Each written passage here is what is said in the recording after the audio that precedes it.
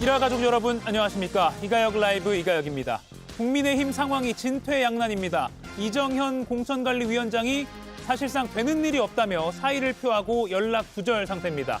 장동혁 대표와 오세훈 서울시장은 강대강 주도권 싸움을 하는 양상입니다. 잠시 후에 짚어보겠습니다. 김어준 씨 방송에서 시작된 장인수전 기자의 이른바 거래설 음모론과 관련해서 신명계에서 김어준 씨에게도 책임이 있다는 비판이 나왔습니다. 국민의힘은 정성호 법무부 장관 탄핵까지 거론하며 총공세를 펴고 있습니다. 잠시 후 짚어보겠습니다. 그럼 오늘 함께할 여야 해설위원 소개해드리고 백다 앵커의 브리핑으로 첫 번째 이슈 보겠습니다.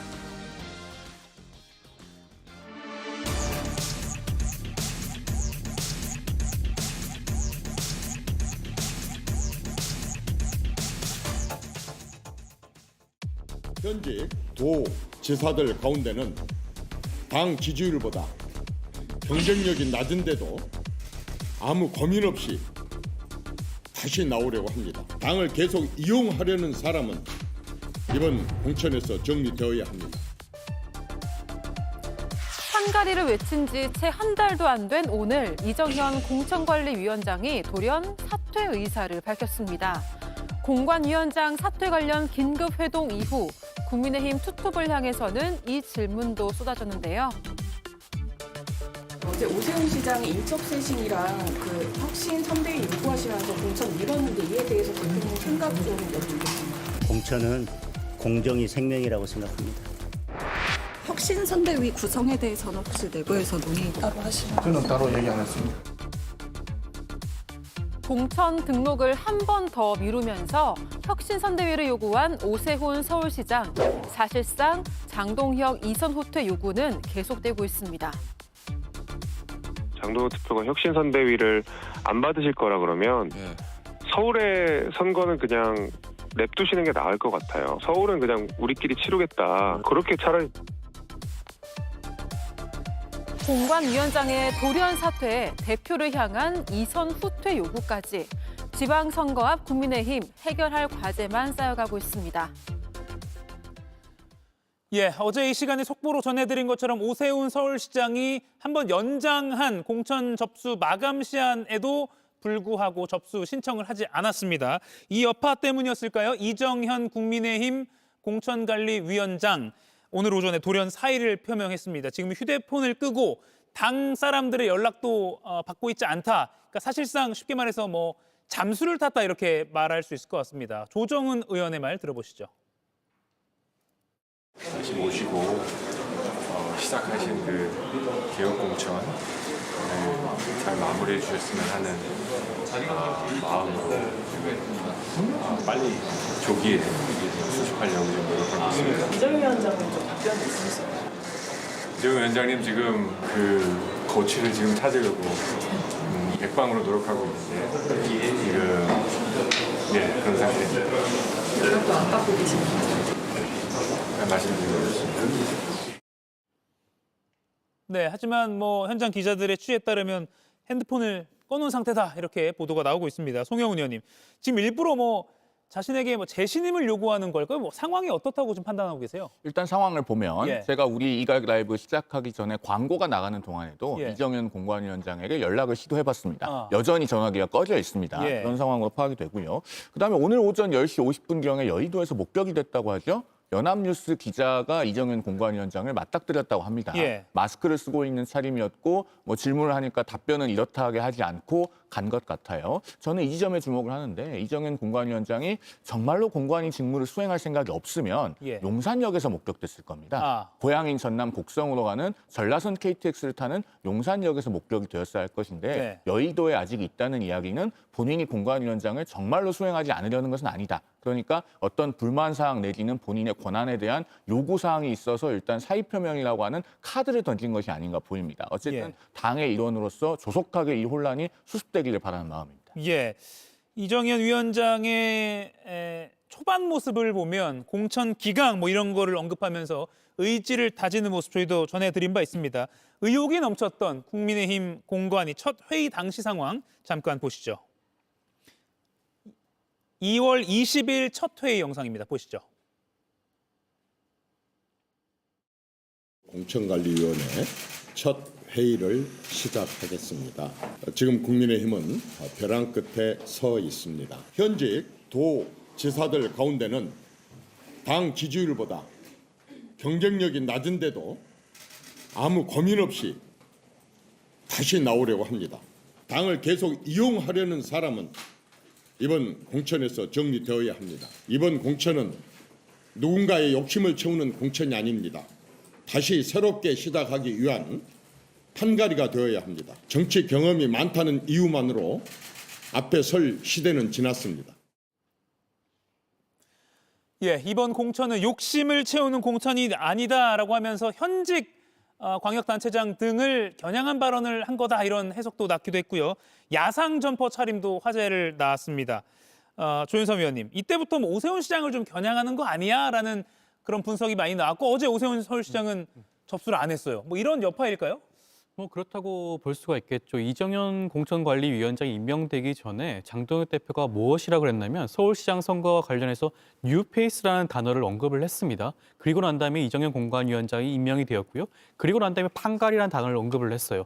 계엄군을 연상시키는 그런 야상을 입고 와서 현직 시장과 지사의 경우에도 그런 뭐 공관위원장 차원에서 어떠한 조치를 취할 수 있다라는 그런 이미지를 굉장히 강하게 내세웠죠. 그렇다고 한다면 누가 보더라도 이것은 오세훈 서울시장을 목표로 했다고 생각할 수밖에 없는 부분이고요. 예. 이번에 오세훈 서울시장이 공천을 신청하지 않고 난 다음에도 공관위 회의 차원에서 격앙된 반응을 했다라는 그런 보도조차 있습니다. 그렇다고 한다면 과연 이정현 공관위원장이 이번에 사퇴를 한 것이 오세훈 시장과 관련성이 없다라고 단정 지을 수는 없다고 보여지겠죠.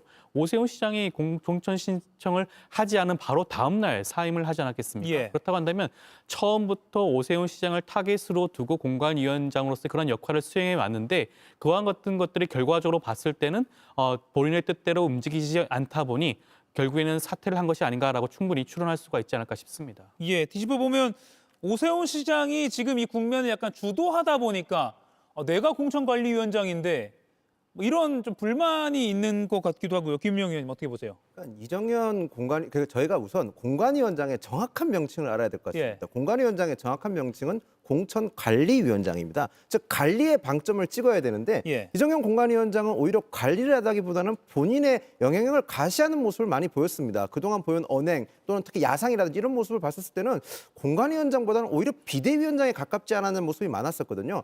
저는 그래서 오세훈 시장을 겨냥했다기보다는 저는 이정현 공관위원장의 말씀들을 봤었을 때는 본인의 정치적 영향력 가시를 위한 행실이었다고 좀 봅니다. 예. 거기다 지금 이렇게 잠수를 타는 모습도 흔히들 말해서 정치인들이 저렇게 잠수를 타는 것은 본인에 대한 영향력을 좀 더 가시하고 나의 영향을 인정해줘라는 행동을 할 때 많이 쓰는 패턴이거든요. 예. 지금 그런 패턴을 보이고 있는 것으로 봐서는 여전히 이정현 공관위원장 사퇴할 마음을 저는 없다고 봅니다. 앞으로도 곧 좀 있으면 설득이 되어서 돌아오는 모습을 취하지 않을까 그렇게 예상을 하겠습니다. 예, 오늘 연합뉴스에 따르면 여의도에서 여전히 발견이 됐다고 하고요. 뭐 정치적인 행동, 정치인이 하는 행동 모두가 정치적으로 해석이 가능하니까요. 송영훈 의원이 말한 아까 그 장면입니다. 연합뉴스가 촬영한 사진인데요. 이정현 공천관리위원장이 여의도에서 목격된 그 장면, 연합뉴스가 보도한 사진입니다. 그러니까 사퇴를 해놓고 연락은 받지 않지만 여전히 여의도에 머물고 있다. 어떻게 봐야 될지 많은 해석이 나오고 있습니다. 첫 회의에서 판가리를 외쳤고 야상 점퍼 착용해서 뭐 일종의 논란을 좀 만들기도 했고요. 그런 논란, 지적하는 측에게는 유별난 시어머니다 이렇게 맞받아치기도 했습니다. 그리고 계속 현직 지자체장을 향해서 메시지를 남겼습니다. 결국 야상을 바꿔 입기도 했고요. 오세훈 서울시장의 공천 미등록에는 공천 기강을 이야기하면서 뭔가 추가 접수 안 받을 것처럼 하면서 다시 추가 접수를 받기도 했습니다. 이게 지난 한 달 동안의 이정현 공관위원장의 공관위 상황이었습니다. 송영훈 의원님. 그러면 야상부터 뭐 복면가왕도 기억이 나고요. 뭐 한국 시리즈 방식으로 한다도 되고요. 지금 그럼 일단은 이 공천 과정이 지장이 생겼다라고 봐도 되는 건가요? 아니면 뭐 오늘 또 복귀하면 그대로 또 추진이 되는 건가요? 어떻게 판단하세요? 상당히 위험 수위에 가까워지고 있다고 판단을 합니다. 예. 왜냐하면은 말씀하신 것과 같은 야상 논란이 있었고 사실은 공관위가 구성되었을 때는 민주당 이재명 대선 후보 캠프의 그 선대위 본부장 출신의 공관위원, 그리고 과거에 이재명 경기도지사의 선거법 위반 사건 변호인을 했던 공관위원, 이런 공관위원 이력 논란이 있지 않았습니까? 그런데 또 이제는 공관위원장이 사퇴를 하는 그런 일까지 발생을 했기 때문에 이쯤 되면은 당내에서 삼진아웃이라는 목소리도 나올 법해요. 물론 당의 공천 작업은 정상적으로 진행이 돼야 되고 조속하게 문제가 수습이 돼서 절차가 진행되는 것이 중요하기 때문에 저는 이정현 공관위원장의 사표를 수리해야 된다 이렇게 단정적으로 말씀드릴 생각은 없습니다만 당내의 우려의 시선이 굉장히 크다는 것을 좀 이정현 공관위원장께서 유념해 주셨으면 좋겠다라는 생각이 듭니다. 그리고 한 가지 덧붙이자면 지금 오세훈 서울시장의 공천 신청 문제를 두고 선왕설래가 있지 않습니까? 그런데 어쨌든 4번의 서울시장을 역임한 당의 자산입니다. 그렇다면은 어떻게 서울시장 선거를 성공적으로 치를 수 있을지 거기에 좀 당의 중지가 모여야 된다라는 말씀을 아울러 드리겠습니다. 예, 김준욱 의원님 상대당이지만 물론 뭐 큰 선거 전에 뭐 당이 좀 이런저런 분란이 일어나는 경우가 뭐 없는 건 아닌데 이 정도의 난맥상 공천관리위원장이 뭐 사퇴를 하고 연락을 지금 안 받고 있고요. 정치 경력 오래 되시니까 뭐 기억나시는 거 있으세요? 예전에도 이런 경우를 저는 뭐 가끔 본 적은 있는 것 같습니다. 그런데 오늘 이정현 공관위원장의 사퇴를 제가 한마디로 좀 정의를 해보면 끌고 가고 싶은 자와 끌려가지 않으려는 자의 이 그 경쟁이다. 어떻게 보면 주도권 싸움이고 이 주도권 싸움 속에서 벼랑 끝 전술을 이정현 위원장이 지금 시연하고 있다. 이렇게 저는 이제 일단 평가를 해야 될 것 같고요. 지금 국민의힘에서 뭐 이정현 공관위원장이 사퇴를 했다고 하지만 여전히 뭐 공천관리에 대한 지금 심사나 이런 뭐 면접이라든지 이런 부분들은 진행이 되고 있다고 합니다.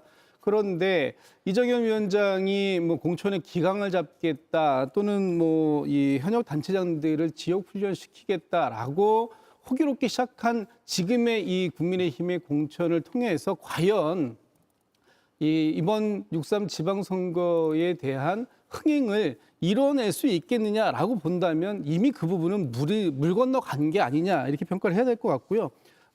단체장들, 현역 단체장들을 지역 훈련시키려다가 본인이 지금 지역 입구까지 가 있는 상황에 처해 있는 것이다. 저는 그렇게 평가합니다. 예. 국민의힘 지도부에서는 이정현 공관위원장의 사퇴 의사를 사전에 전혀 알지 못했던 것으로 파악되고 있습니다. 그래서 더 파장이 커지고 있습니다. 장동혁 국민의힘 대표 그리고 송원석 원내대표의 오늘 아침 발언 듣고 이야기 이어가겠습니다. 한 9시 10분쯤 보고를 받았고요. 바로 연락을 드렸는데 전화기가 꺼져 있는 것 같습니다. 연락이 닿는 대로 이정현 위원장이 만나 뵙고 말씀을 듣도록 하겠습니다. 공관위원장이 지금 안 오셔가지고 나도 이유도 잘 모르겠고 난 아침에 들었어요. 예, 그래서 이렇게 두 지도부 투톱이 전혀 몰랐다는 겁니다. 물론 뭐 공천관리위원회는 뭐 독립적인 기구라도 볼 수 있기 때문에 굳이 뭐 사전에 알아야 하냐라고 할 말은 없습니다만 그만큼 뭔가 이정현 위원장이 작심하고 지금 정치적인 행동을 하고 있는 거 아니냐라는 그런 분석도 일각에서 나오고 있습니다. 자, 그러면 이정현 위원장의 사퇴의 도화선이라고 할 수 있는 어제 이 시각 상황. 오세훈 서울시장은 어제 추가 공천 접수를 거부하면서 자신의 입장을 다시 한번 분명하게 밝혔습니다. 장동혁 대표에게 새로운 선택지를 제시하면서 오히려 또 공을 다시 한번 장 대표 받으십시오 이렇게 넘겼습니다. 바로 이겁니다. 장동혁 대표를 만나 뵙고 혁신선대위를 조기에 출범시키는 것이 가장 좋은 해법이 될 수 있겠다 하는 취지의 말씀을 전달을 드렸고 그런 변화가 전혀 이루어지지 않은 상태에서 등록을 하는 것은 자제를 할 수밖에 없다 하는 판단을 했고요. 선거에 참여할 겁니다. 전제 조건은 바탕은 마련이 돼야 비로소 뛰어볼 만한 전장의 기본 조건은 마련되는 것이다. 그리고 오세훈 서울시장이 그래서 국민의힘 서울시장 후보로 등록할 건지 말 건지 추가로 업데이트된 정보는 아직까지는 없습니다. 김진욱 의원님. 그러니까 이게 장동혁 대표 이 선으로 물러나라라는 요구로 해석하면 될까요? 어떻게 보십니까? 당연히 그렇게 볼 수밖에 없는 거죠. 예. 혁신선대위를 구성하고 혁신선대위가 당의 얼굴이 되어야 된다라고 지금 주장을 하고 있는 거 아닙니까? 그렇다면 사실상 혁신선대위라고 쓰지만 읽기는 비대위로 읽어야 되는 거 아니냐 이렇게 지금 해석할 수밖에 없습니다. 그렇다면 지금 장동혁 대표가 이 모든 사안들을 다 수용할 것이다. 그리고 본인이 갖고 있는 모든 공천에 대한 권한, 당대표로서의 권한을 내려놓고 이 선으로 후퇴해야 된다. 이 부분에 대해서 장동혁 대표가 쉽게 받아줄 수 있는 상황은 아니고 그렇기 때문에 제가 아까 한번 끌고 가고 싶은 자와 끌려가지 않으려는 자의 기싸움이다. 이렇게 이제 말씀을 드렸는데 그것이 지금 오세훈 시장 입장에서는 서울에서 나 말고 누가 될 수 있겠어? 나 말고 후보 없을 건데 라는 이제 확신, 자신감이 있는 것이고요. 지금 어느 정도 삿발을 확실히 틀어주었을 때 완벽하게 승기를 끌고 와야 되겠다라는 이제 오세훈 시장이 지금 주장하는 것이 혁신 선대위다. 저는 그렇게 평가하고 있습니다. 그런데 지금 저희가 색깔로 아까 표시한 것도 있죠. 오세훈 서울시장의 발언, 선거에는 참여할 것이다. 이건 그러면 공관위는 당연히 내가 신청한다고 하면 또 연장해 줄 거야 라는 걸 전제로 하는 것 같긴 합니다. 김영 의원님. 선거에는 참여하겠대요. 그럼 이건 좀 어떻게 해석해야 됩니까? 그러니까 오세훈 시장 입장에서는 굉장히 지금 절박한 상황일 겁니다. 불과 얼마 전까지만 해도 오세훈 시장은 서울시장 각종 여론조사에서 오차범위 밖에서 선두를 달리고 있었지만 지금 상황에서는 그게 역전됐지 않습니까? 그럼 도저히 본인이 그런 짧은 기간 동안 본인이 어떤 시정에서 실책이 없었음에도 불구하고 이런 지지율 역전 현상이 일어났다는 것은 결국 본인의 개인의 문제가 아니라 뒷받침하고 있는 당의 문제라고 판단을 했을 겁니다. 근데 저는 오세훈 시장 태도에서 조금 아쉬운 점이 있습니다. 흔히들 얘기해서 저 영화에 이런 대사가 있죠. 큰 힘에는 큰 책임이 따른다. 지금 오세훈 시장 같은 경우는 이번 국민의힘 지방선거에서 가장 많은 유권자를 가지고 있는 서울시장, 가장 많은 건 아니지만 가장 상징성 있는 서울시장의 후보로 나서게 되지 않습니까? 결국 가장 큰 상징성이 큰 서울시장 선거에서 이겨야만 나머지 선거에서도 저희가 좋은 결과를 예상할 수 있기 때문에 오세훈 시장의 저는 입장 표명을 조금 더 적극적이고 또 명확해야 된다고 봅니다. 그것이 어떻게 보면 큰 정치인이 가지고 있는 숙명이라고 저는 생각을 합니다. 지금 오세훈 시장의 입장 표명이 좀 늦은 감도 있고요. 그리고 좀 불명확한 점이 있기 때문에 약간 좀 여러 가지 구설이라든지 또 다른 오해를 불러일으키고 있다고 봅니다. 오세훈 시장이 조금 더 빠르고 더 신속한 입장 표명을 조금 더 해주셔야만 국민의힘의 전체적인 선거에도 긍정적인 영향을 줄 수 있다고 저는 생각을 합니다. 방송 중이라도 오세훈 서울시장의 어떤 입장이 또 나오면 저희도 바로 실시간으로 전해드리겠습니다. 조현삼 의원님, 국민의힘 내부에서 아까 좀 아쉽다고 지적하신 부분도 있는데 이렇게 어려울 때 좀 나서줘야 되는 거 아니야? 라는 의견이 있는 것과 더불어서 가만 보니까 좀 몸값 불리는 것 같네. 주도권을 장동혁 대표에서 오세훈 서울시장으로 지금 갖고 오는 것 같네. 이 판을 지금 오 시장이 좀 끌고 가는 것 같네. 뭐 이런 느낌으로 비판적으로 보는 관점도 있거든요. 어떻게 보십니까? 일단 오세훈 시장 입장에서는 이번 선거에서 본인은 승리하기 위해서라면 어찌됐건 당의 변화와 쇄신을 요구할 수밖에 없는 그런 상황이었죠. 그렇기 때문에 이번에도 결과적으로 봤을 때는 공천 신청을 하지 않으면서 1년 3개월 동안 꿈쩍하지 않던 장동혁 대표와 국민의힘 지도부를 움직이지 않았습니까? 결의문이 채택이 되었죠. 물론 이것이 지방선거용 저런쇼라고 불리긴 하지만 어찌됐건 일말의 변화는 이끌어냈습니다. 그렇기 때문에 더욱더 한 발 더 나아가 혁신 선대위를 구성해서 이번 선거판을 바꾸고자 하는 그런 의지를 보여주는 것이라고 하겠죠. 아마 오세훈 서울시장 입장에서는 본인이 아니라면 국민의힘에 마땅한 후보가 없다는 것을 본인 스스로 너무도 잘 알고 있을 겁니다. 그렇기 때문에 무리하게 공천 신청을 하지 않는 것으로 보여지는 것이고요. 설령 끝까지 혁신 선대위가 구성이 되지 않고 당이 쇄신하는 모습을 보여주지 않는다고 하더라도 아마 저는 차선책으로 과거 지방선거 때 원희룡 지사가 제주시사 선거에 나섰던 것처럼 무소속으로 출마할 여지도 저는 충분히 남아있지 않나라는 생각이 듭니다. 지금 국민의힘 후보 중에서 그 어떤 후보가 나온다고 하더라도 민주당 후보에 대적할 만한 그런 상황이 아니라고 아마 오세훈 시장도 생각할 수가 있을 것으로 보여져요. 그렇기 때문에 이렇게까지 일종의 벼랑 끝 전술처럼 하는 것이 아닌가라는 생각이 들 수가 있을 것 같습니다.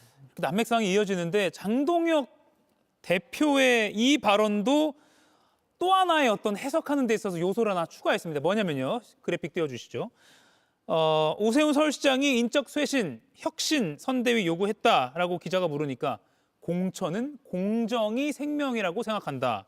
송영우 의원님, 이거는 그러면 더 이상 추가 접수 없어 이렇게 해석을 해도 될까요? 어떻게 보세요? 그러니까 일종의 동문서답을 한 것인데 첫째로 질문이 인적 쇄신과 혁신 선대위에 관한 것인데 그것에 대한 답은 없단 말입니다. 그러면은 장동혁 대표는 우회적으로 그런 요구는 내가 수용하지 않겠다. 라고 하는 의중을 드러낸 것으로 보이고요. 그다음에 공천은 공정이 생명이라고 생각한다라고 하는 코멘트는 오세훈 서울시장에게만 공천 신청 기회를 추가로 부여하는 것이 공정하냐라고 하는 말을 지금 우회적으로 한 것으로 보입니다. 다만 그러면서도 더 이상 공천 신청을 받지 않겠다라고 단정적으로 말하진 않잖아요. 그러면은 현재 상황을 객관적으로 보면 오세훈 시장과 장동혁 대표 간의 계속 일종의 기싸움 내지는 벼랑 끝 전술이 벌어지고 있는 상황이라고 보여집니다. 다만 여기에서 두 분 모두 명심해야 될 것은 지방선거는 서울시장 한 자리만 뽑는 선거가 아닙니다. 전국에 수천 명의 후보가 출전하고 특히나 서울과 수도권에서 구청장, 광역의원, 기초의원에 출마하는 모든 후보들이 이 상황을 가슴 졸이면서 보고 있어요. 빨리 정리가 돼서 공천 작업도 원활하게 진행이 되고 본선에 출진할 수 있게 되기를 기다리고 있습니다. 지금 두 분이 계속 삿바 싸움을 하게 되면은 모든 사람들이 피해를 보는 상황이라는 점을 염두에 두고 두 분이 오늘 저녁에 따로 만나든지 뭐 어떻게 해서든 문제를 풀어서 결과를 내놓으시길 바란다라는 말씀을 드립니다. 또 소주 회동이 일어날지 지켜봐야겠네요. 이정현 위원장이 사퇴, 오세훈 시장의 일종의 압박, 이 사이에서 장동혁 대표가 분주할 것 같긴 한데 어떻게 보십니까? 뭐 두 개를 같이 갈 수 있을까 싶기도 하고 어떻게 분석하세요? 같이 가기는 굉장히 어려운 상황이다. 지금 장동혁 대표가 이제 그 당의 노선, 이번에 이제 지방선거를 윤 어게인 노선에서 그것을 이제 반대하는 쪽으로 이제 소위 절윤 노선으로 이제 채택을 결의안을 했다라는 것으로 이제 논의는 다 끝난 것이다라고 본인은 얘기하지만 사실은 논의가 끝난 것이 아니라 거기에서부터 다시 시작되는 그런 느낌이기 때문에 이 상황을 해야 된다라는 요구는 끊임없이 장동혁 대표가 지금 받을 수밖에 없는 상황이고요. 장동혁 대표가 능동적으로 본인이 이 선으로 후퇴할 가능성은 전 별로 없어 보입니다. 본인 스스로가 작년 전당대회를 통해서 당대표가 된 지 지금 1년도 채 안 됐는데 이 부분을 지금 나보고 내려놓고 비대위 체제로 전환해서 모든 사안을 앞으로 나와 관계없이 끌고 가겠다라는 지금 그런 오세훈 시장의 혁신선대위가 본인을 저격하고 있다, 공격하고 있다라고 느낄 것입니다. 그렇기 때문에 장동혁 대표는 이 부분에 대해서는 수용할 생각은 없을 것 같고요. 다만 만약에 그런 상황들이 오랫동안 지속된다면 당내에서의 여론이 어떻게 될 것인가, 특히 당의 주류 세력이라고 했던 뭐 소위 예전에 과거의 친윤 세력들이 장동혁 대표를 결사옹위 체제로 가지고 갈 것이냐, 아니면 이번 지방선거를 위해서 장동혁 대표가 결단을 해야 된다는 쪽으로 장동혁 대표를 더욱 궁지로 몰아넣을 것인가 하는 부분은 지켜봐야 될 것 같고요. 만약에 그런 식으로 수동적인 상태에서 장동혁 대표가 이 선으로 후퇴하는 상황이 생긴다면 앞으로 국민의힘은 상당히 고전을 면치 못하는 그런 국면 속에서 지방선거를 치를 수밖에 없을 것이다, 이렇게 평가합니다. 혁신선대위 출범 요구를 놓고 또 국민의힘이 지금 둘로 나뉘는 그런 상황입니다. 당 일각에서는 장동혁 대표 없이 선거를 치러야 한다, 이런 주장까지 나오고 있고요. 그리고 이 인물을 혁신선대위원장으로 염두에 두고 있다, 이런 발언도 나옵니다. 장동혁 대표의 얼굴로는 선거를 치를 수가 없습니다. 오세훈 시장 입장에서 이걸 바꾸려면 다른 얼굴을 앉혀놔야 되고 김종인 위원장이 또 와서 성공했던 사례들이 있기 때문에 신의를 한번 꾸려보자. 김희영 의원님. 김종인 전 비대위원장을 혁신선대위원장으로 유력한 후보다, 이렇게 봐도 됩니까? 아무래도 지금 가장 먼저 국민의힘에서 가장 먼저 떠오르는 비대위원장이라고 하면 김종인 위원장이 가장 먼저 떠오르는 건 분명한 사실입니다. 거기다가 지금 오세훈 시장이 김종인 전 비대위원장과 만났다는 얘기는 거의 기정사실화처럼 되어 있습니다. 오세훈 시장 입장에서도 굉장히 기분 좋을 게 2021년 재보궐선거에서 오세훈 시장을 승리로 이끌어줬던 게 김종인 위원장이었습니다. 당시 오세훈 시장과 안철수 후보 간의 그 단일화 경선이 있었었는데 당 내부에서는 안철수 후보를 이길 수 없다는 여론이 많았지만 김종인 비대위원장 같은 경우는 오세훈 시장이 이길 수 있다면서 강력하게 밀어줘서 승리를 했었거든요.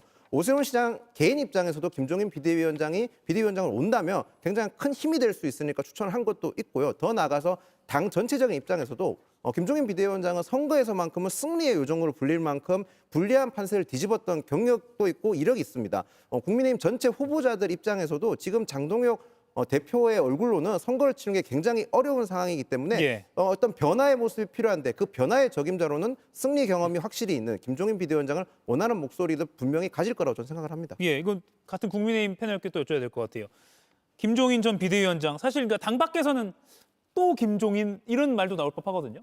비상대책위원장과 선대위원장은 정치에서 지위가 많이 다릅니다. 2020년에 저희가 김종인 선대위원장 한번 경험해봤거든요. 그러니까 황교안 대표 체제에서 이미 공천을 다 해놨는데 김종인 전 위원장이 선대위원장으로 와서 총선을 치러봤습니다. 결과는 103석이었어요. 앞서 언급된 2021년 4.7 재보선은 김종인 위원장이 비대위원장, 즉 당대표로서의 권한을 가지고 거의 1년 가까이 당을 이끌어서 얻어낸 결과입니다. 그렇기 때문에 이 둘을 같게 보기는 어렵고 지금 국민의힘의 상황은 선대위원장을 새로운 인물로 내세운다고 쉽게 해결될 것 같지가 않아 보입니다. 왜냐하면 선대위원장이 온다고 해도 당대표는 그대로 장동혁 대표인 것이거든요. 지금 저희가 뒤에서 아마 지지율에 관한 부분도 살펴보겠지만 예. 지지율이 매주 최저치를 경신하고 있습니다. 그리고 당의 호감도도 최저 수준으로 떨어지고 있습니다. 이런 상황이라면 저는 장동혁 대표가 선당 후사하는 결단을 내리거나 혹은 당이 집단지성을 모아서 비상한 결단을 하지 않고서는 이 문제를 선대위원장으로 돌파하기는 어렵다. 이렇게 생각합니다. 예,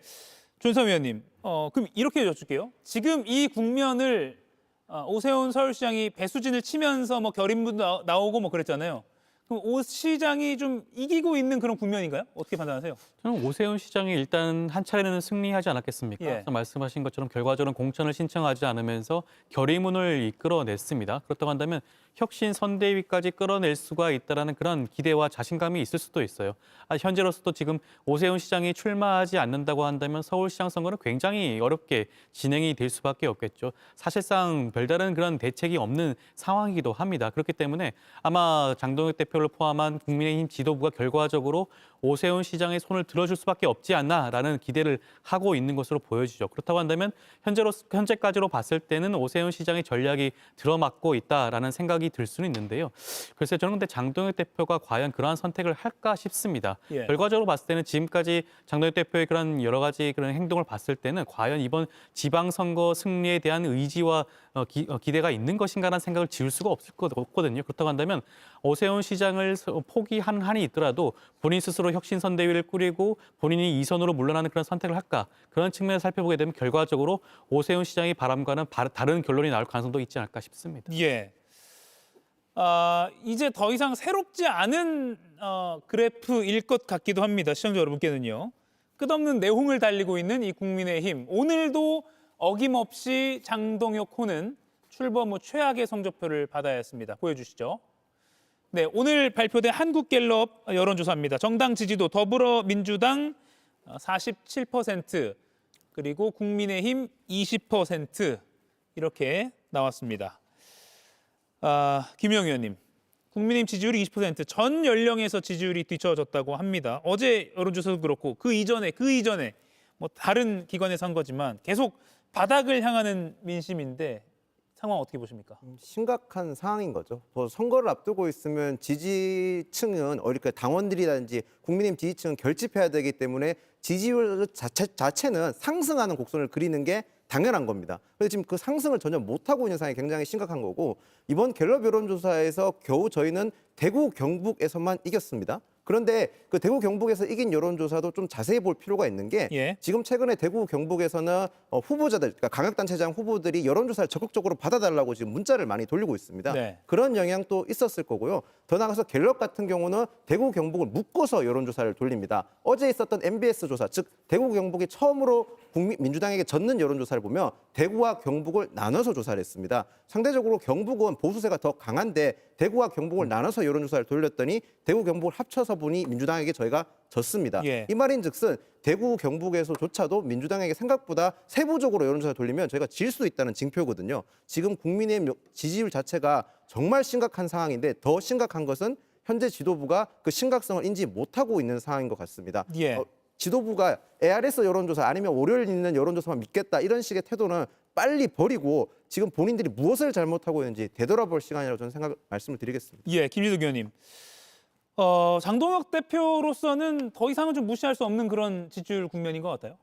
그렇습니다. 지금 이게 지지율을 우리가 이제 추세를 좀 많이 봐야 된다 이런 얘기를 하고 그동안 봐왔던 추세가 사실 변함이 거의 없는, 그래서 지금 국민의힘의 지지율이 계속해서 앞서서 언급 나왔던 것처럼 역대 최저치에 준하는 수준으로 갱신하는 그런 모습들을 보여주고 있다면 국민의힘이 지금 해야 될 것이 무엇인가? 물론 이제 지금 국민의힘에서는 일부 다른 목소리 나와요. 뭐 봐라, 저륜했는데도 반등하지 않지 않냐? 쇄신이 필요 없다. 지금은 오히려 이 보수가 더 뭉치는 것을 먼저 해야 되는데 그렇게 하지 않기 때문에 또 이런 결과가 나왔다. 이렇게 또 주장하시는 분들도 분명히 생길 겁니다.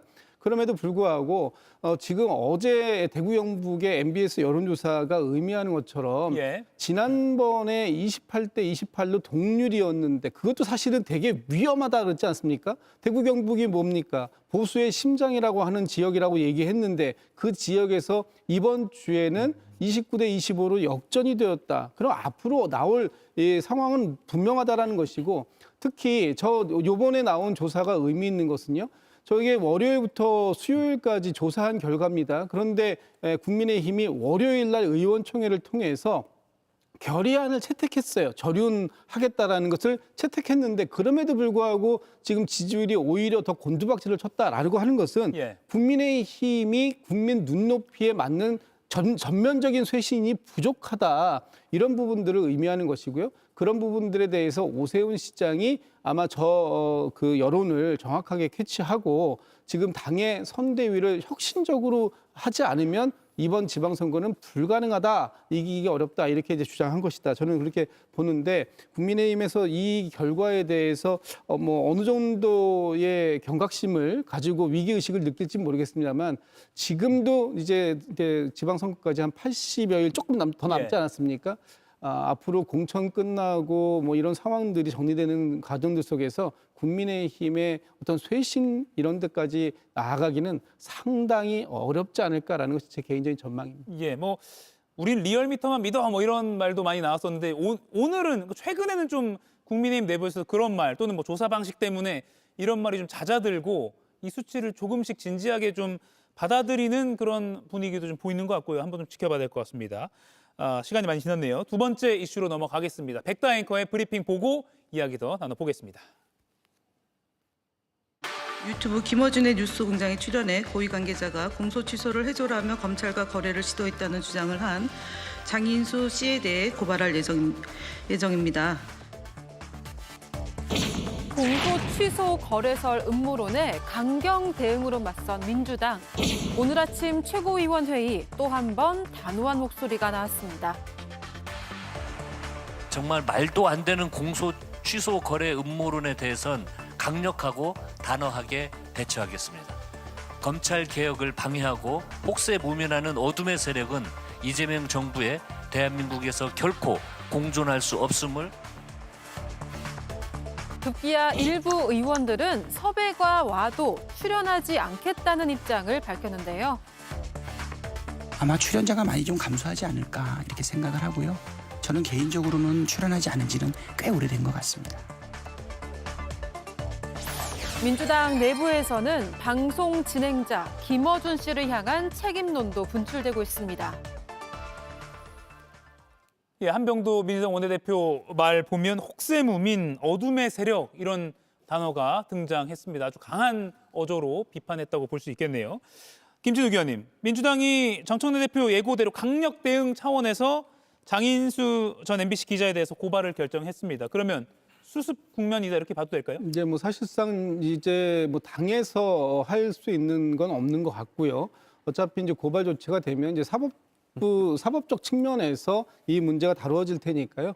한번 나름 이제 수습 국면으로 가는 것인데 청와대에서도 이 부분과 관련해 가지고 너무나 황당한 얘기다. 그리고 너무나 황당하기 때문에 대응을 해야 할 일고의 가치도 느끼지 못한다라고 이미 얘기가 다 나왔고 당사자로 지목되신 분도 이 얘기가 너무나 황당해서 왜 이런 얘기가 나왔는지조차를 잘 모르겠다 이런 얘기까지 나왔습니다. 그렇기 때문에 이 사안에 대해서 이제 당이 엄정하게 대응한다고 하고 이 발언을 한 장인수 씨를 고발 조치한 만큼 이제 이 문제가 더 이상 계속해서 회자되면서 마치 이 장인수 씨의 그 불확실한 그 주장, 개인적 주장이 사실인 것처럼 호도되고 그래서 그것을 통해서 또 다른 정치적 공세로 이어지는 이런 그 상황들은 이제 끝내야 될 때가 되었다라고 평가합니다. 예, 김영 의원님 동의하십니까? 수습 국면입니까? 저는 동의할 수가 없습니다. 예. 수습 국면을 결정할 수 있는 것은 민주당도 청와대도 아닙니다. 김어준 씨와 장인수 기자가 결정할 수 있을 겁니다. 지금 김어준 씨는 전혀 결정에 뭐 사과의 메시지를 낸다든지 아니면 또는 방송을 중단하고 있지 않지 않습니까? 오늘 또 방송을 했고요. 김어준 씨 같은 경우는 여전히 오히려 지금 민주당이나 자기에 대해서 고소고발할 경우 무고로 대응하겠다고 하지 않습니까? 전혀 반성하거나 사죄하는 기색이 없습니다. 그렇다고 해서 이 사실에 대해서 진위 여부를 밝히지도 않고 있는 상황인 겁니다. 그러면 이게 어떻게 수습이 되는 국면입니까? 결국 수습을 못하게끔 만든 거는 김어준 씨라는 거대 세력을 만들어준 민주당 본인들에게 탓이 있고 더 나아가서 그 김어준 방송에 앞다투어 출연했던 민주당 국회의원들과 더 나아가서 지금 이 이재명 정부에 있던 국무총리를 비롯한 청와대 인사들도 다 같은 책임이 있다는 점을 말씀드리겠습니다. 예, 조윤선 위원님. 당 일각에서는 이 방송 나왔을 때 바로 왜 민주당이 대응 안 하고 며칠 뒤에 이렇게 하냐. 즉각 대응 왜 안 했냐 이런 내부 비판도 있더라고요. 당 입장에서 보면 이 발언에 대해서 그 진위 여부를 한번 따져봐야 되지 않겠습니까? 어떠한 경우에서 이러한 발언이 나오게 됐는지, 사실관계는 어떠한지, 만약에 사실관계 확인된다고 한다면 그에 대해서 어떠한 조치를 취하는 것이 적절한 것인지, 어떠한 법적 조치를 취해야 될 것인지에 대한 여러 가지 종합적인 검토를 하다 보니 일정 부분 시간이 소요된 것이 아닌가라는 생각이 들 수가 있고 그런 입장도 충분히 납득하고 수긍할 수가 있다고 하겠죠. 그렇지만 그럼에도 불구하고 이 사안은 굉장히 엄중한 사안입니다. 사실상 거래설이라고 유포한 것 자체가 어떻게 민주 진보 진영들이 많이 청취하고 있는 그런 유튜브 방송 채널 아니겠습니까? 예. 그렇다고 한다면 여기에 대해서는 즉각적으로 당이 조치를 취하는 것이 국민과 당원들에 대한 그런 도리라고 할 수가 있겠죠. 그럼에도 불구하고 이틀 정도의 시간이 발생했다. 그런 간극이 발생했다는 부분에 대해서 강득구 최고위원과 황명성 최고위원이 지적하는 부분은 저는 당 입장에서 충분히 받아들일 수 있는 수용을 해야 될 부분이 아닌가라는 말씀도 함께 드리고 싶습니다. 예. 송영훈, 김진욱 의원 두 분께 좀 이 주제로 한번 짧게 여쭐게요. 시민단체는 김어준 씨를 고발했다는 게 뉴스로 확인이 됐는데 민주당은 어제 기자회견에 따르면 일단 장인수 전 기자만 고발했고요. 김어준 씨를 고발할 가능성은 두 분 어떻게 봐요? 당 차원에서 그럴 가능성? 당 차원에서 가능성은 좀 낮아 보입니다. 왜냐하면 어제 김현 국민소통위원장이 인터뷰 이걸 브리핑하면서 예. 검토를 해봤다, 법률적 검토를 해봤다 그랬습니다. 그 얘기는 지금 장인수 씨는 본인이 발언을 한 책임이 있기 때문에 예. 당연히 그 대상자가 될 수 있는데 과연 진행자가 이 발언에 대해서 더 신중하게 팩트를 체크하고 그 진행을 매끄럽게 가지 못했다라는 비판은 할 수 있을지 몰라도 예. 과연 이것이 묵인 방조라는 측면에서 법률에 의율할 수 있는 상황인 것이냐 하는 부분에 있어서 일단 당 내에서 법률 검토를 했을 때는 예. 이 부분은 좀 어렵다라는 얘기가 있었는데요. 개인에 대한 부분과 또는 지금 겸손은 힘들다 저 뉴스공장인가요? 예. 여기가 지금 인터넷 신문으로 등록되어 있는 것이기 때문에 이 상황에 대해서 방미통위 또는 뭐 방미심의에서 어떤 그 제재가 가능한지 여부를 검토하는 것은 또 별개로 또 가능할 수도 있지 않을까라는 생각이 들고 예. 다만 지금 뭐 시민사회단체나 이런 데에서 김어준 씨 개인을 또는 지금 김어준 씨의 뉴스는 힘들다. 여기 겸손은 힘들다. 겸손은 힘들다. 뉴스공장인가 여기에 대해서 어떠한 조치를 취해달라고 하는 부분에 대해서 얘기가 있을지는 그건 좀 지켜봐야 될 것 같고요. 예. 어쨌든 당 차원에서 이 사실관계를 정확하게 그 팩트 체크를 하고 또 이 방송이라는 이 무거운 특히 영향력, 특히 민주진영에서 굉장히 영향력이 있는 그런 채널을 운영하는 운영자에게 어느 정도까지의 책임을 물을 것인가 하는 예. 부분에 대해서는 좀 깊은 고민이 좀 필요했던 부분이 아니었나 싶습니다. 예, 참고로 홍익표 청와대 정무수석이 이 거래설 음모론 관련해서 방미심의에서 조사가 있을 것이다라고 방송에서 이야기하기도 했습니다. 오늘 오후에 그랬습니다. 송영우 의원 어떻게 보십니까? 뭐 제가 뭐라고 말씀드린들 국민의힘이니까 그렇게 주장하는 것이 아니냐라고 많이들 보실 텐데 그럼에도 불구하고 이것을 일반적인 국민 눈높이에서 보면요. 모순되는 지점이 하나가 있고 이해가 되지 않는 지점이 하나가 있습니다. 첫째로 모순되는 지점은 민주당이 장인수 전 기자는 고발하기로 했다고 하는데 사실은 그러면은 김어준 씨도 함께 고발해야 논리적으로 맞거든요. 그것이 김어준 씨 유튜브에서 나간 것이고 과연 김어준 씨가 그 부분에 대해서 전혀 법적인 책임이 없다고 할 수 있는가 그 부분에 대해서는 상당히 의문시 됩니다. 아마 국민들께서 보시기에는 김어준 씨가 민주당 진영의 이른바 상황으로까지 불리고 있는 충정로 대통령이라고까지 불리고 있는 인사이기 때문에 민주당에서 감히 고발할 생각을 못하는 것이 아닌가 하는 의문을 가지실 것이고요. 더 본질적으로 이해가 되지 않는 지점은 어떤 것이냐 하면 민주당이 이른바 이 공소취소 거래설에 대해서 어디까지 사실관계를 확인해봤느냐 하는 점입니다. 모든 고발의 전제는 지금 이 공소취소 거래설이라고 하는 것이 그 비슷한 것조차 현실로 존재하지 않아야만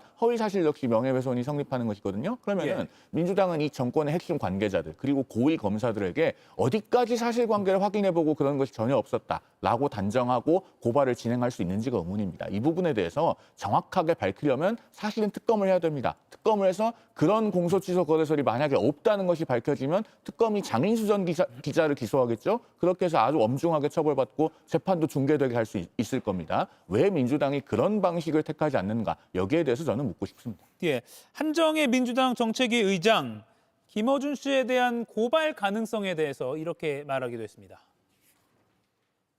언론사의 대표로서 또는 네. 그걸 진행했던 사람으로서든 간에 유감을 표명하는 것이 맞다. 그게 약간 책임 있는 뒤에서는 아마 여러 가지를 검토는 저는 하고 있을 거라는 생각은 합니다. 그렇군요. 열려 있다.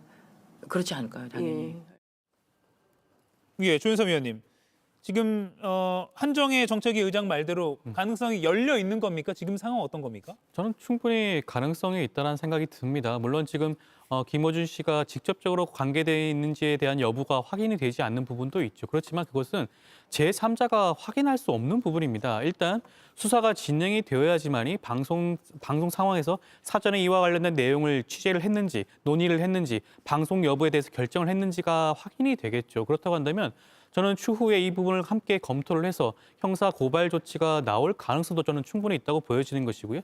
앞서 지금 이 부분에 이러한 고발을 함께 진행하지 않은 부분을 지적하셨는데 그에 대한 검토도 함께 필요한 부분입니다. 그래서 고발이라고 하는 것은 한 번에 함께 할 필요가 있는 건 아니고요. 순차적으로 고발 조치를 취할 수 있다라는 말씀도 드리고 저는 그 가능성도 충분히 열려 있다라는 말씀도 드리고 여기에 대해서 지금 김어준 씨 측 입장에서는 뭐 무고죄로 대응을 하겠다라고 하는데 무고죄의 경우에는 상대방이 이러한 사실이 없는 것을 알면서도 상대방에게 형사적인 책임을 묻기 위해서 형사처벌을 가하기 위해서 고의적으로 하는 경우가 성립이 되는 것이거든요. 아마 뭐 무고죄 주장은 굉장히 무리수가 아닌가 생각이 드는 것이고요. 저는 충분히 이 부분도 수사기관을 통해서 확인할 부분이 아닌가라는 말씀도 함께 드리고 싶습니다. 예, 말씀하신 대로 무고죄 주장. 공소 취소 거래설을 최초로 주장한 장인수 전 MBC 기자는 어제 밤에 자신의 유튜브 라이브 방송에서 이 취재 내용 당당하다. 그리고 물러설 생각이 없다 이렇게 밝혔습니다. 그리고 방송인 김어준 씨도 오늘 아침에 자신의 방송에서 각종 고소 고발에 대해서 무고죄로 대응하겠다 이렇게 밝히기도 했습니다. 김인영 의원님, 그리고 일각에서 김어준 씨가 장인수 전 기자가 말할 내용을 사전에 알고 짰다 이런 식의 주장을 제기하기도 하는 것 같아요. 그에 대해서 김어준 씨가 사전에 장 기자가 말할 내용 알지 못했다 이렇게 반박을 하기도 했고요. 이 사전 인지 여부는 이 쟁점은 좀 어떻게 보십니까? 근데 지금 착각하면 안 되는 게 김어준 씨 같은 경우는 언론사에 등록이 되어 있고요. 심지어 청와대 출입 기자로 등록이 되어 있습니다. 당시에 청와대 출입 등록할 때 홍보수석이 뭐라고 그랬냐면 정상적인 보도 체계를 갖추고 있다고 표현을 했었거든요. 저희가 흔히 얘기해서 지금 저희가 이가영 라이브에 출연하면서 민주당 패널과 국민의힘 패널들이 서로 상호 공방을 벌이면서 진실 규정도 하고 있지 않습니까? 거기다 만약에 제가 전혀 근거 없는 얘기를 했었을 때는 민주당 패널 분들께서 저에 대해서 반박을 하시고 지적을 할 겁니다. 만약 민주당 패널이 없다면 이가영 앵커께서 저한테 그 근거는 없기 때문에 그 말은 잘못됐다고 지적을 할 겁니다. 이게 언론입니다. 근데 김어준 뉴스공장은 단순한 유튜브가 아니라 아까 제가 말씀드렸다시피 언론으로 등록되어 있고 청와대 출입하는 기자입니다. 거기다 심지어 오늘은 뉴스공장이 뉴미디어 풀단으로 들어갔다고 합니다. 이 풀단이라는 개념 자체는 그만큼 언론사로서 많이 인정받았다는 뜻이고 대통령실에서 일어나는 모든 일정이라든지 이런 걸 다 제공받을 수 있는 위상까지 올라갔다는 의미입니다. 제가 다시 역으로 민주당 분들께 질문드리고 싶은 것은 김어준 씨를 과연 이렇게까지 높게 영향력 크게 만들었는 것이 누구입니까? 국민의힘이 전혀 아니고 민주당 분들이고 지금 현재 이재명 정권이라는 점을 다시 한번 말씀드리겠습니다. 예, 김진욱 의원님. 미리 알지 못했다. 장인수 전 기자가 출연은 한 건 맞지만 이런 내용을 말할 거를 우린 몰랐다. 그래서 이 쟁점은 좀 어떻게 판단하십니까? 제가 지금 이가요 라이브에 나와서 지금 앵커의 질문을 받고 제가 어떤 답변을 드릴지 지금 알고 계신가요? 혹시? 모릅니다. 모르시죠? 예. 마찬가지인 것 같아요. 지금 어떤 채널을 진행하는 앵커가 사전에 어느 주제에 대해서 다룹시다라고 얘기할 수는 있을지 몰라도 그 주제에 대해서 참여하는 패널이 어떤 그 메시지를 내놓을 것인가 하는 부분은 다 들어봐야 아는 것이죠. 그러나 이것이 사전에 논의가 되거나 모의가 되거나 또는 아까 뭐 묵인 방조가 됐다라는 표현까지 나오는데 그런 것들과 관계없이 당연히 이게 그 상당히 큰 영향력을 행사하는 채널이라면 그 과정을 진행하는 앵커는 굉장히 이 고도의 그 집중력을 가지고 이 지금 발언들이 실제 상황에 맞는 것인가 혹은 이런 것들이 무분별한 의혹을 제기하는 것인가 이런 부분들에 대해서 끊어줄 필요는 분명히 있는 것이죠. 그런 부분들을 제대로 못했다라는 부분에 대해서는 전 반드시 비판이 필요한 지점이고 예. 아까 뭐 한정혜 그 정책위 의장께서도 이런 부분들에 대해서는 공개적인 사과도 필요하다라고 얘기하는 거 아닙니까? 저는 거기 다 동의하는데 지금 이 김어준 씨가 운영하고 있는 이 채널이 예. 결과적으로 지금 그 뭐 인터넷 신문사로 등록되어 있는 언론사로서의 기능을 제대로 하기 위해서는 이런 상황들이 발생했을 때 이런 상황들에 대해서 어떻게 수습할 것인가 하는 부분도 예. 또 언론사로서의 기능의 하나다. 그렇다면 잘못된 부분이 있으면 정정보도 하고 반론이 또 있다면 또 그 반론하는 것이고 예. 이런 부분들에 대해서 제 기능을 다 해주시고 또 이 그 영향력이 큰 만큼 무거운 책임감도 함께 느껴주셨으면 좋겠다 이런 생각입니다. 예, 조현삼 송영은 위원께는 이 주제로 좀 잠깐 질문을 드릴게요. 더민주 전국혁신회의 오늘 논평을 좀 보여주십시오. 친명계라고 하는 그 더민주 전국혁신회의에서 김어준 씨도 책임을 회피하지 말라라고 매우 직설적으로 이렇게 오늘 비판 논평을 냈습니다. 그리고 박찬대 더불어민주당 의원 인천시장 예비 후보죠. 출연자 많이 감소할 거다. 저는 개인적으로 출연하지 않은 지 꽤 오래됐다. 뭐 이런 발언을 하기도 했고요. 송영길 전 대표도 뭐 섭외 받아도 안 나갈 거다. 뭐 이런 발언을 하기도 했습니다. 민주당 내부에서 일부 의원들이 약간 뭐 보이콧하는 거다, 뭐 선긋기하는 거다라는 평가도 나오고요. 이 움직임이 민주당 지지층을 더 이렇게 균열을 가할 가능성, 실제 이렇게 일어나고 있다. 어떻게 보시는지요, 조현섭 의원님? 일단 뭐 당 지지자들 입장에서 이번 거래소를 믿고 있는 분은 없을 겁니다. 그렇기 때문에 이번 거래소를 유포한 주체라고 할 수가 있는 장인수 기자에 대한 고발 조치가 이뤄졌고요. 그에 대해서 지금 김어준 씨 같은 경우에는 본인의 채널을 통해서 그러한 발언이 나갔으니 여기에 대한 어떠한 분명한 입장을 밝히는 것이 어떻게 보면 도리라고 할 수가 있겠죠. 민주 진보 진영을 대표하는 스피커 중에 한 분 아니겠습니까? 그렇다고 한다면 그 부분에 대해서 명확한 입장이 없다고 한다면 저는 아마 많은 의원들이 아마 출연을 거부하거나 보이콧할 가능성도 갈수록 더욱더 늘어날 수도 있다는 생각이 듭니다. 그 부분에 대해서 입장이 정리가 된다고 한다면 당연히 그 부분들에 대한 모든 것들이 봉합이 될 여지도 있겠죠. 이것을 가지고 당 지지층, 그다음에 민주 진보 진영 사이에 그런 분열이 일어날 것이다. 예. 저는 그렇지는 않다고 보고요. 그 모든 민주 진보 진영과 당원들의 마음은 이번 거래설은 진실이 아니다, 허위 사실이라는 것에 대해서는 모두가 공감하는 내용이 아닌가 싶습니다. 송 의원님? 이 더민주 전국혁신회의의 논평을 보면 그 모임이 꼴대를 어디다 두고 싶어 하는지가 여실히 드러납니다. 즉 김어준 씨나 장인수 전 기자 혹은 김어준 씨 유튜브의 문제로 두고 싶어 하지 사안의 본질이 이재명 대통령과 민주당에 있는데도 그것을 애써 회피하려는 것이 의도적으로 보이는 거예요. 이 사안 자체는 이재명 대통령이 한마디 하면은 정리될 수 있습니다. 나는 퇴임 후에 정상적으로 재판받겠다. 절대 공소 취소 같은 것 입에도 올리지 말라. 그리고 이런 것을 실행하지 않아야 된다. 라고 천명하면 되는 거예요. 그런데 왜 대통령이 그런 입장을 공개적으로 밝히지 않습니까? 대통령이 5개 재판의 피고인인데 민주당이 나서서 그 공소 취소를 위한 국정조사에 141명의 국회의원이 서명해서 국정조사 요구서까지 제출하지 않았습니까? 그런 상황이기 때문에 국민들께서 이런 일이 있을 수도 있겠는데 라고 생각하는 것이 이 사안의 본질입니다. 그러니까 김어준 씨 유튜브의 어떤 게이트키핑의 문제라든가 김어준 씨 개인의 문제 혹은 장인수 전 기자의 취재 과정에서의 어떤 논란의 문제 이런 것을 치환하려고 해도 현명하신 국민들께서 그 사안의 본질을 놓치지 않으실 거라고 생각합니다. 예. 후폭풍이 계속 이어질 것 같습니다. 아마 다음 주에도 저희가 이 이슈로 이야기를 할지 말지 다음 주 가봐야 알겠죠. 한번 지켜보도록 하겠습니다. 네 분과의 토론은 여기서 마무리하겠습니다. 고맙습니다.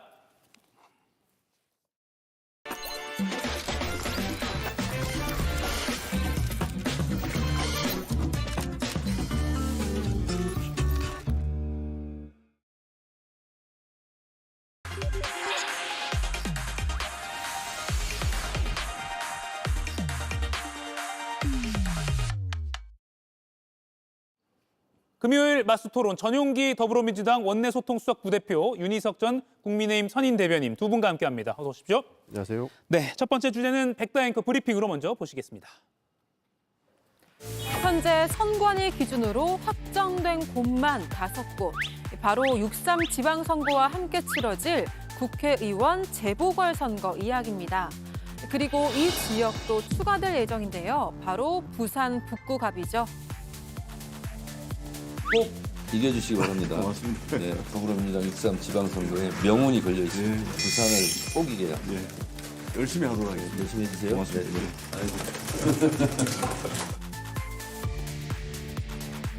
네. 재보궐 지역만 10곳이 넘을 가능성도 나오는 상황. 인천시장에 출사표를 던진 박찬대 예비후보는 자신의 지역구였던 연수갑의 박남춘 전 인천시장을 언급해 눈길을 끌었습니다. 연수갑의 지역적 특성을 고려하면 박남춘 시장도 좋은 대안이 된다고는 생각이 되는데 확정된 것은 어느 곳도 아직은 없다.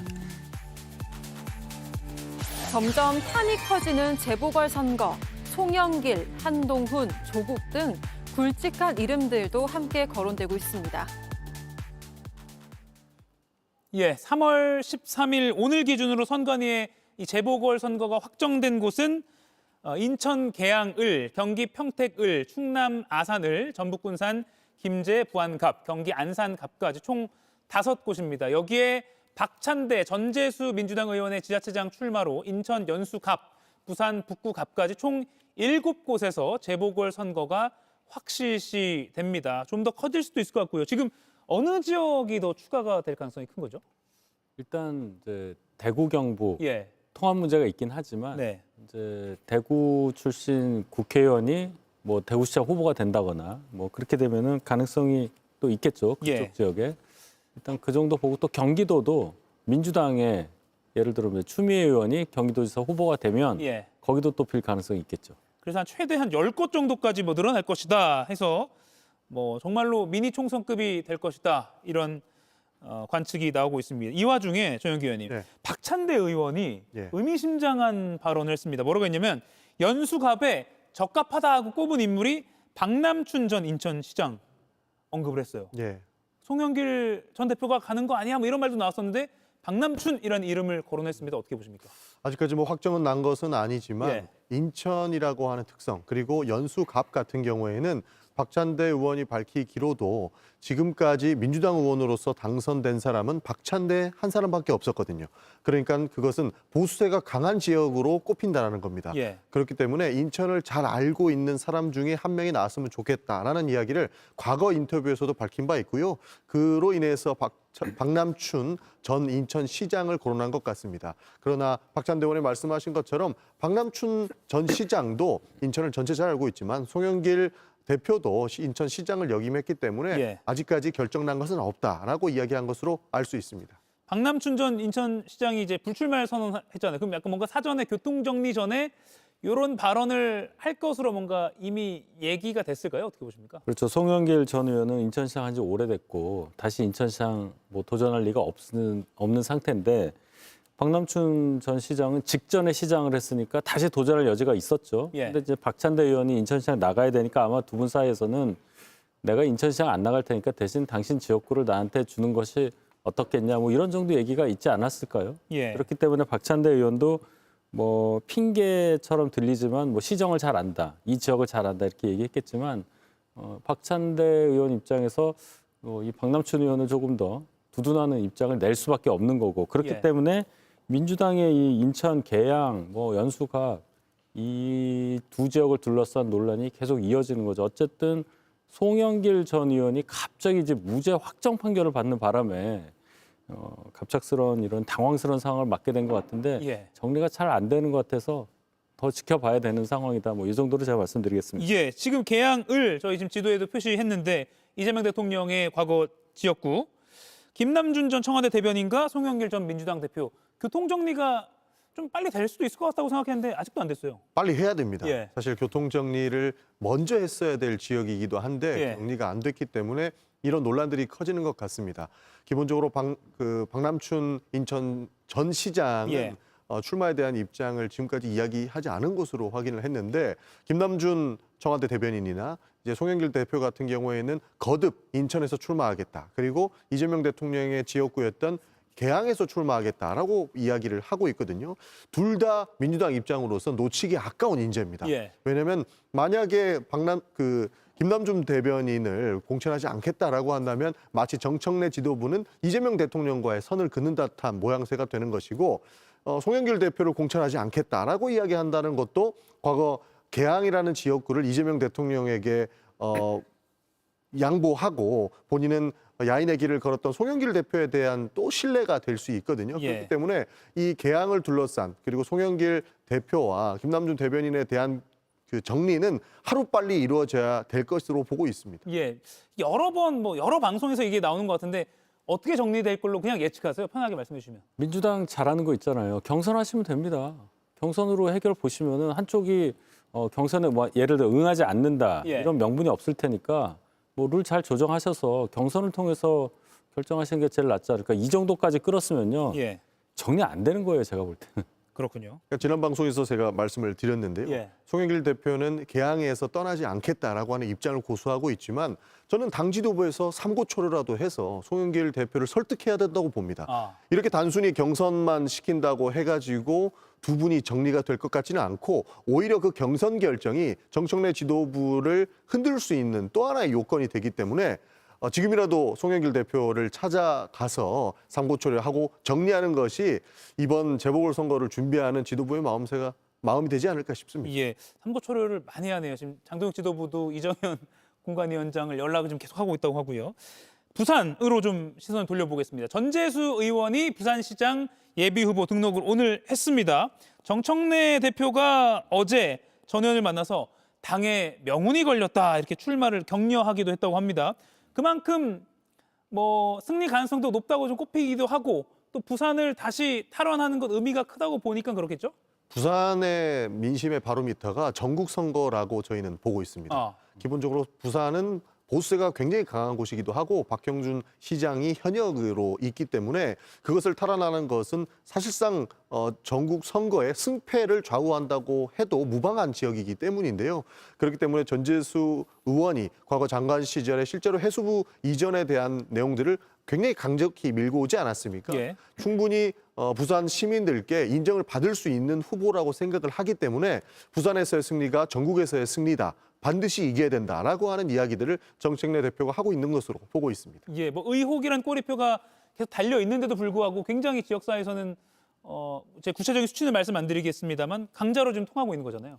네, 역으로 생각하면 전재수 후보가 역대 부산시장 선거에 나섰던 민주당 분들, 당선되는 분들도 계셨지만 가장 강력하지 않은가 생각을 해요. 예. 말씀하신 대로 의혹을 달고 있고 그 의혹이 가볍지 않은데도 거의 영향을 못 미치는 걸로 지금 보입니다. 역시 그 부산 18개 지역구 중에 단 하나 민주당이 차지한 그 의석, 거기서 승리한 그 저력이 여기서 나오지 않느냐. 부산 시민들도 그러한 전재수 의원의 어떤 정치력 이런 것들을 인정하고 있는 것, 그거는 뭐 저희가 부인할 수가 없는 거고 예. 다만 그렇게 기대가 큰 만큼 저희 입장에서도 대비를 잘해서 막아내면 저희가 타이틀을 방어하면 또 정치적으로 얻을 게 많겠죠. 선거는 뚜껑 열어봐야 되니까 지켜봐야 되겠습니다. 예, 그 강자라고 꼽히는 전재수를 이겼다라고 하면 또 뭐 굉장히 또 기세가 커질 수는 있겠네요. 그러면 전재수 의원의 출마로 자리가 비게 될 부산 북구갑, 유일한 민주당 지역구 부산 내 누가 가게 될까요? 누가 갈 것이라고 예상하기는 참 어렵습니다. 예. 그리고 하나 바로잡아야 될 게 전재수 의원이 시장에 출마 선언은 했지만 지금 현재 부산은 경선이 또 예정되어 있습니다. 예.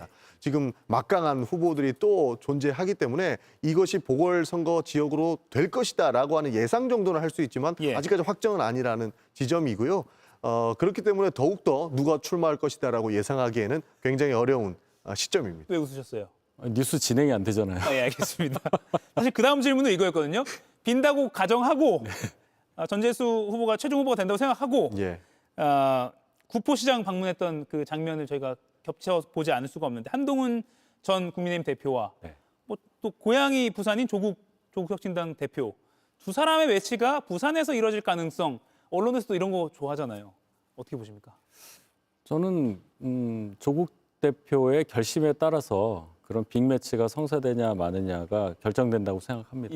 예를 들어 조국 대표가 내가 장소를 가리지 않고 뭐 한동훈 대표 한번 장을 겨뤄보겠다.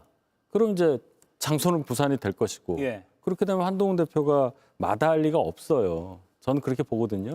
그렇게 되면은 승자는 상당히 많은 것을 얻게 될 거고 설사 결과가 안 좋다 하더라도 그런 어떤 정치적 행보에 대해서 크게 비난을 안 받을 겁니다. 그런 차원의 어떤 결단을 내릴 수 있는 분인지 조국 대표가 그동안 말씀하신 거 보면 어느 방송에서는 난 한동훈이랑 붙을 생각이 없다 이렇게 말씀하신 것도 제가 봤거든요.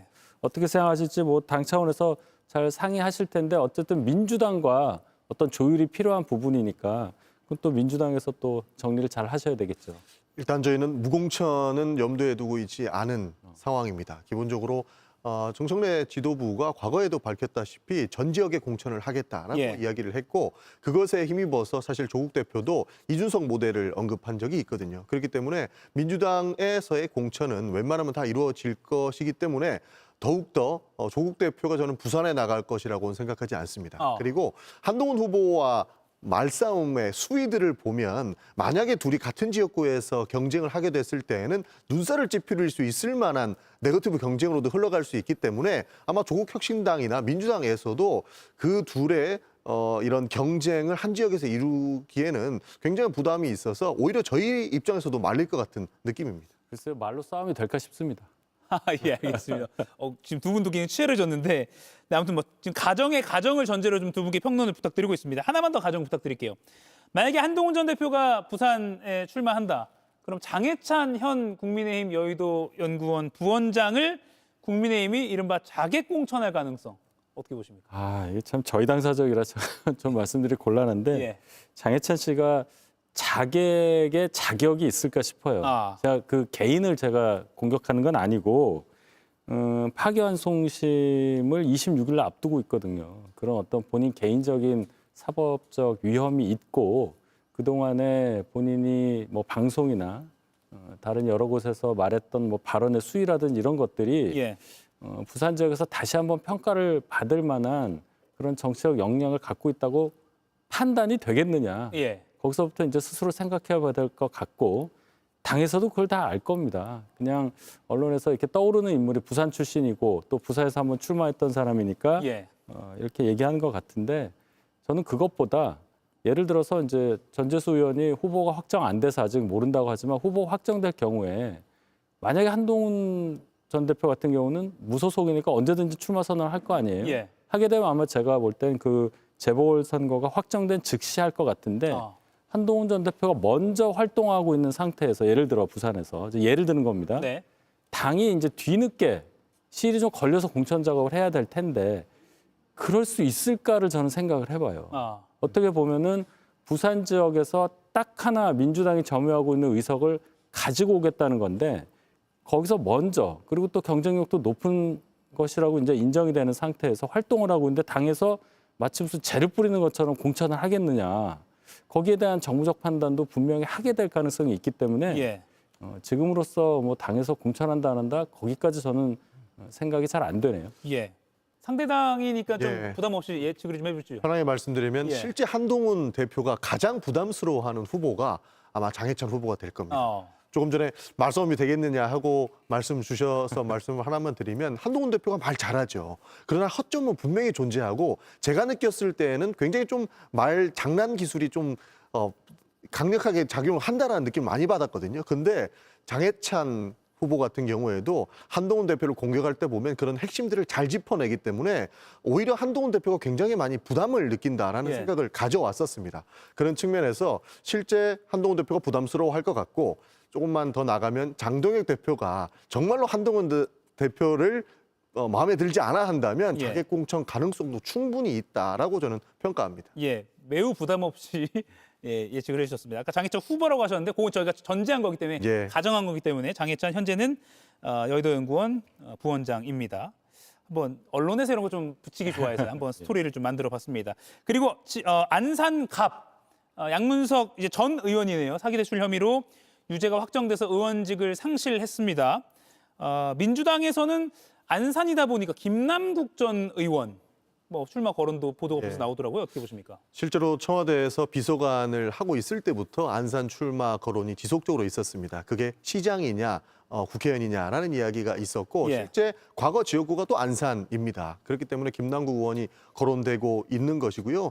현재로서는 후보가 약 한 3명 정도로 압축되고 있고 예. 더 나올 수도 있다라고 하는 이유까지 나오고 있습니다. 그렇기 때문에 세 분의 후보가 실제로 이 지역은 경선의 가능성도 충분히 저는 있다고 보고 있습니다. 그 이유가 과거 안산 갑 지역 같은 경우에는 전해철 의원의 지역구이기도 했고요. 예. 그다음에 김남국 의원이 거론되고 있고 김용 전 부원장까지 실제 안산에서 출마하고 싶다고 하는 이야기를 언론에서 이야기한 적이 있기 때문에 예. 이 부분은 사실 너무 정리가 어려운 부분이라 이 지역만큼은 경선의 가능성도 있지 않을까 점치고 있습니다. 김용, 김남국 두 사람만 꼽으면 명심 경쟁이라고 해도 될 것 같은데요?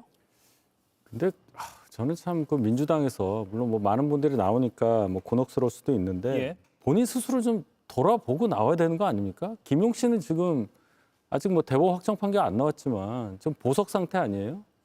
그런 분이 정치 활동하겠다고 출마한다, 또 그것을 용인한다, 그런 공당이라고 저는 보기 어려워요. 그 기준에서는. 김남국 지금 민주당 대변인이죠. 저하고 최근에 방송도 같이 하는데 예. 지금 국민들이 김남국 하면 떠올리는 부분이 있지 않습니까? 거기에 대해서 말끔하게 뭐 무죄라고 하지만 여러 가지로 그 안 좋은 인식이 있는데 지금 계속 더 승승장구하는 것 같아요. 그 모습을 분명히 국민들께서 좋게 안 보실 겁니다. 근데 민주당 강세 지역이라고 해서 또 안산 지역에서 국회의원 한번 했다는 이유로 나가서 경선을 해서 통과해서 다시 국회 또는 뭐 시장을 나간다? 이게 맞습니까? 저는 민주당이 앞에 민주자를 갖고 있잖아요. 그 정신에 맞냐 한번 돌아보실 것을 권유합니다. 실제로 대통령의 사명권 이야기가 나올 때도 김용 부원장의 이야기가 있었는데요. 김용 부원장은 곧줄 무죄를 주장하고 있고 실제로 2심 재판에서 구글 타임라인이라고 하는 아주 중대한 증거조차 인정받지 못하고 있다고 주장하고 있기 때문에 빠르게 대법원 판단이 필요하다고 이야기를 하고 있고 오히려 본인은 사면은 거부한다. 나는 명예회복하고 돌아오겠다라고 주장하고 있기 때문에 그 부분들이 충분히 담기지 않을까 싶습니다. 여기서도 말씀드리는 것은 전체가 가정이기 때문에 지금 말씀드리기 어렵습니다만 예. 충분히 가능성을 열어놓고 출마를 저울질할 수는 있다라고 보고 있습니다. 예, 시청자 여러분께서 이제 80여일 남은 이 지방선거 국면을 뉴스를 접하실 때 조금 도움이 되실 수 있도록 저희가 약간의 가정을 넣어서 좀 평론을 들어봤습니다. 두 번째로 좀 넘어가겠습니다. 마스토론 두 번째 주제는요. 장동혁, 오세훈 주도권 싸움 물음표를 붙여봤습니다. 오세훈 시장 어제 공천 미신청 사태라고 이름을 붙인 것도 있더라고요. 시간이 지날수록 갈등의 골이 점점 깊어지는 모양새입니다. 또 한 번 공천 신청을 미룬 오 시장 그리고 장동혁 대표의 반응 함께 보시죠. 오늘 점심 때도 당의 지도부를 만났습니다. 분명하게 제 의지를 말씀드렸습니다. 선거에 참여하겠다. 선거에 참여하고 싶다.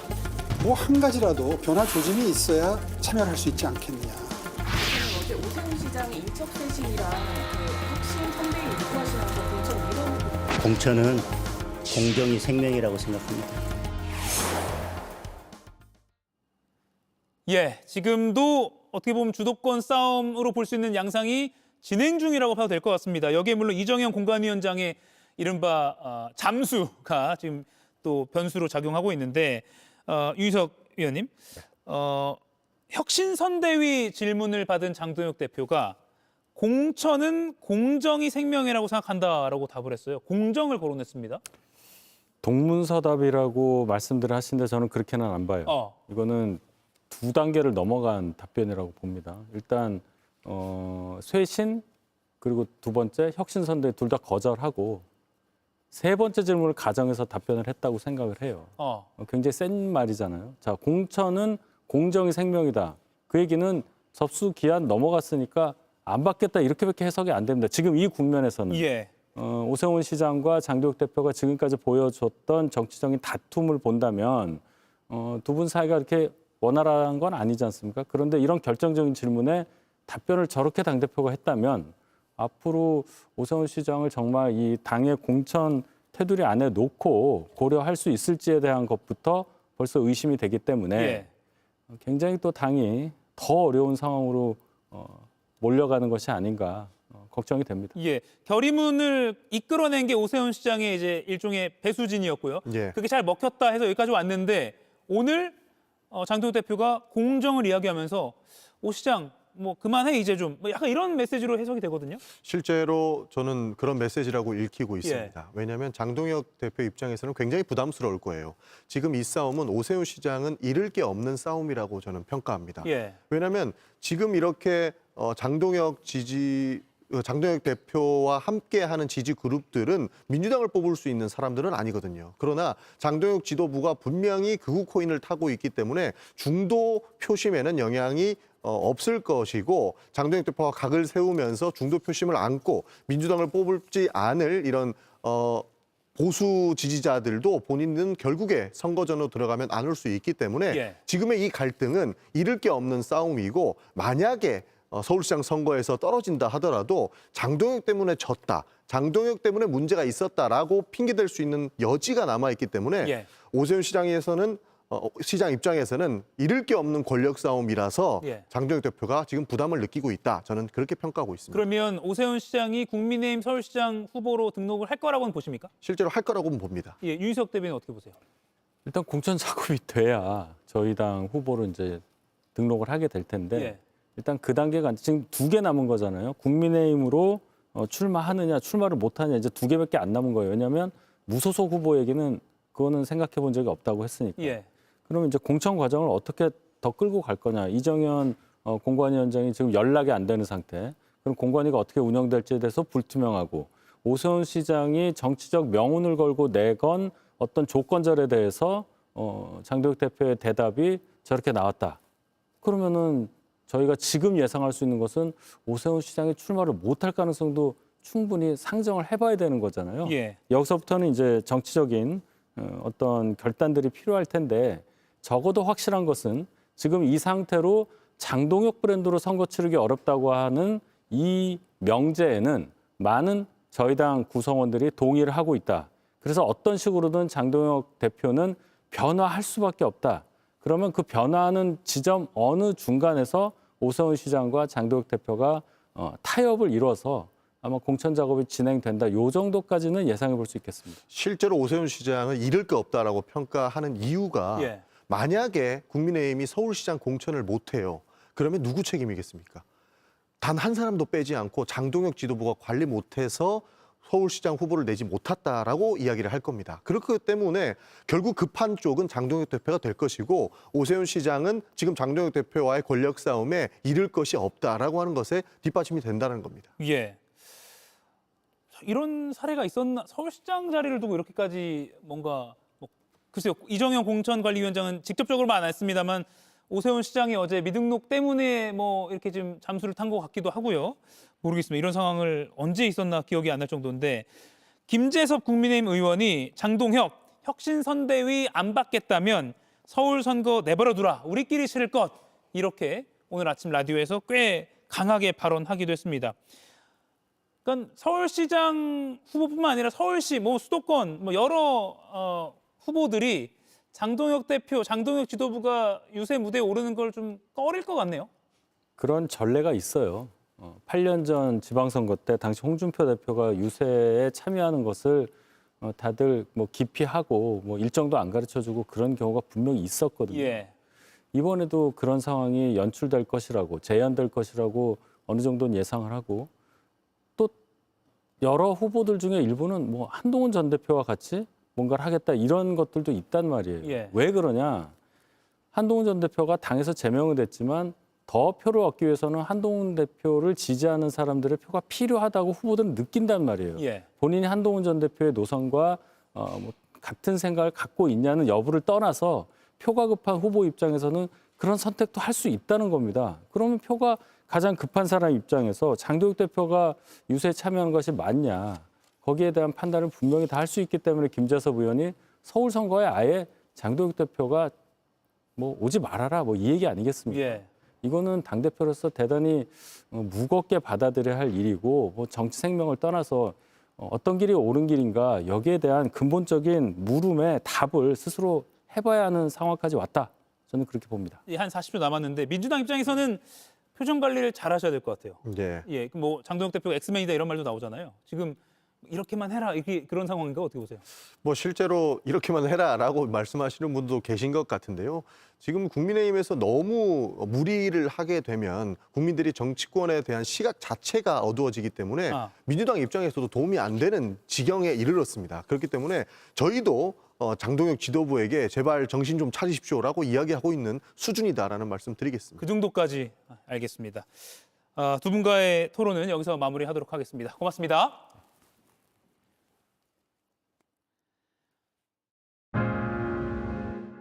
신경 썼다는 건 발끝에서부터 드러나죠.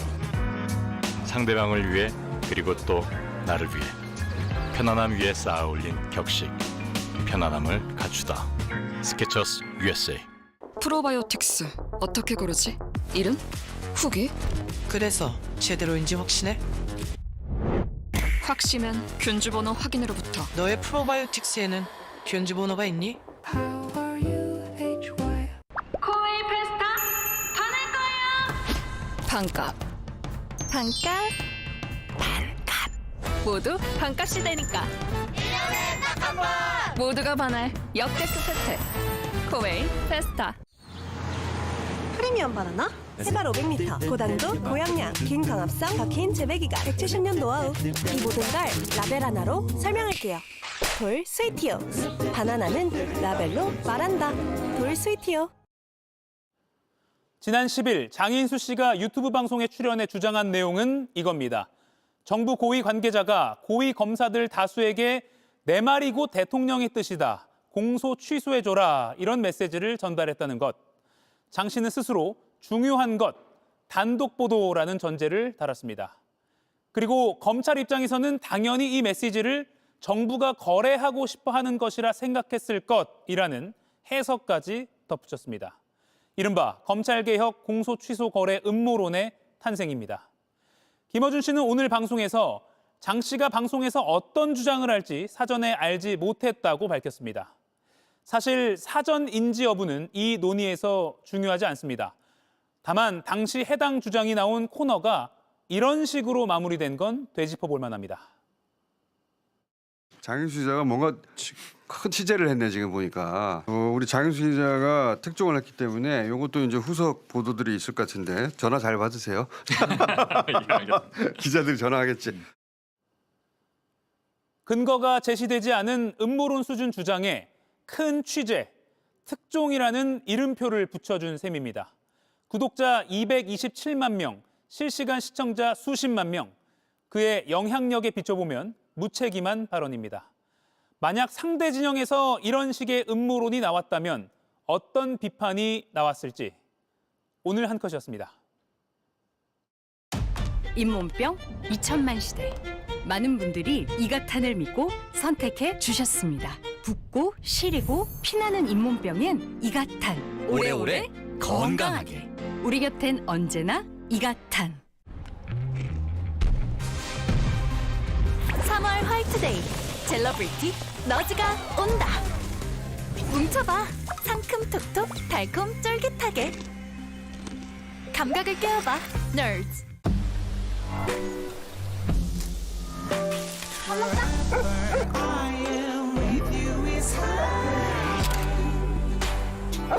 노르디스크 카리 자켓.